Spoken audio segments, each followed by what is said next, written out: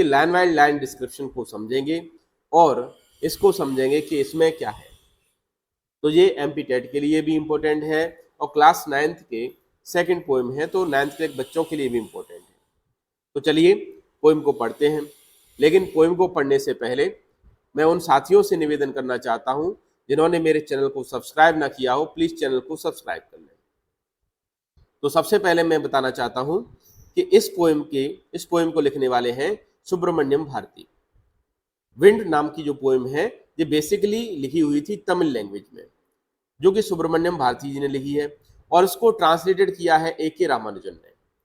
ठीक है, तो पहले राइटर के बारे में जान लेते हैं। Subramanya Bharathi was born in 1882 and died in 1921। He is a great Tamil poet famous for its patriotism in the pre independence era. Subramanya Bharathi को उनके प्री इंडिपेंडेंस इरा के समय में एक पेट्रोटिज्म के रूप में उन्हें बहुत ज्यादा जाना जाता है। तो इनके द्वारा लिखी हुई तमिल लैंग्वेज में लिखी हुई पोएम है विंड। उस हम विंड को आज पढ़ने वाले हैं।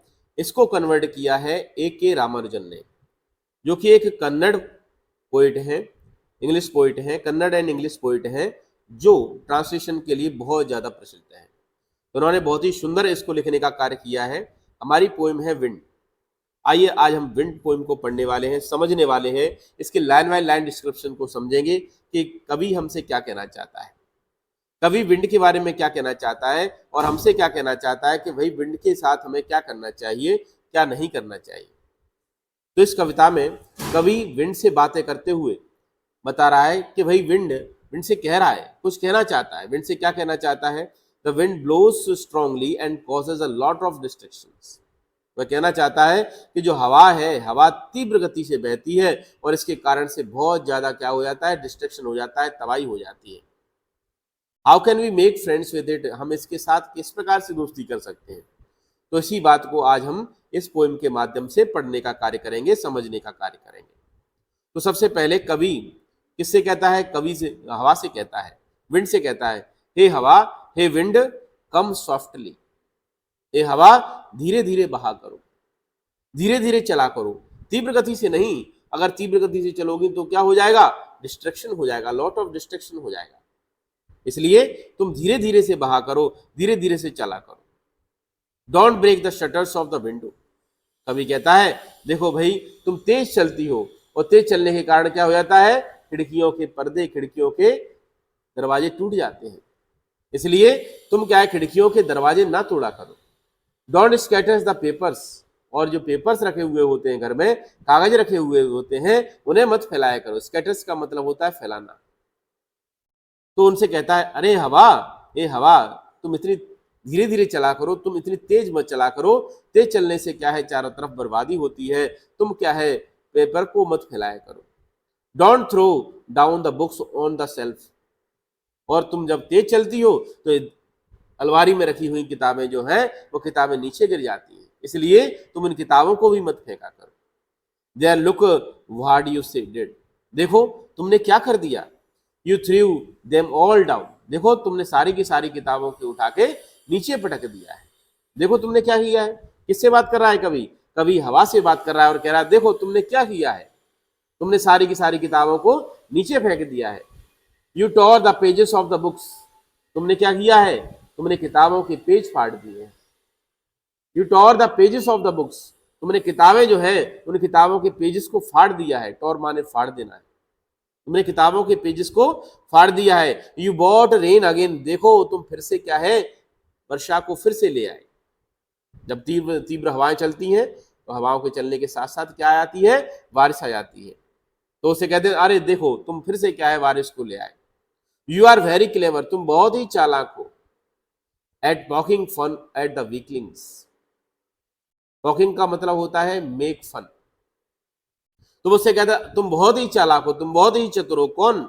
हवा से कह रहे हैं लेखक, तुम बहुत ही चतुर हो। किस बात के लिए चतुर हो? तुम कमजोर चीजों का, कमजोर लोगों का बड़ा मजाक उठाते हैं। वीकलिंग का मतलब होता है वे चीजें जो कमजोर हैं उनके लिए। वो कहते हैं देखो तुम कितने क्या है, चालाक हो, कितने चतुर हो, जो कमजोर चीजों का मजाक उड़ाते। Make fun at the weaklings.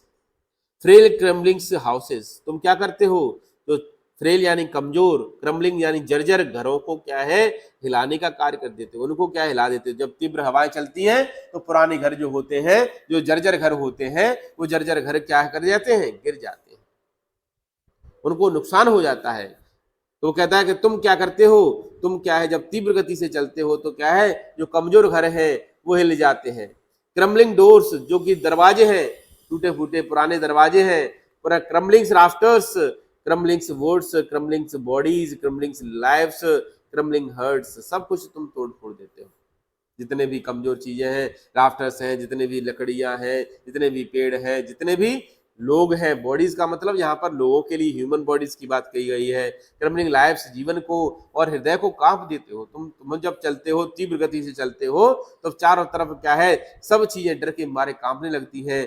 छोटे मोटे जो घर हैं, कमजोर जो चीजें हैं, जितने भी चीजें कमजोर हैं, हाउसेस है, डोर है, राफ्टर्स है, वुड है, बॉडीज है, लाइव्स है, हर्ट है, जितने भी कमजोर चीजें होती हैं वो सारी की सारी कमजोर चीजें तुम्हें देखकर क्या हो जाती है, कांपने लगती है, हिलने लगती है, डुलने लगती है। ऐसा लगता है कि अब तो तुम छोड़ोगे नहीं। The wind god winnows and crushes them all. अब लेखक यहां से थोड़ा सा चेंज हो जाता है।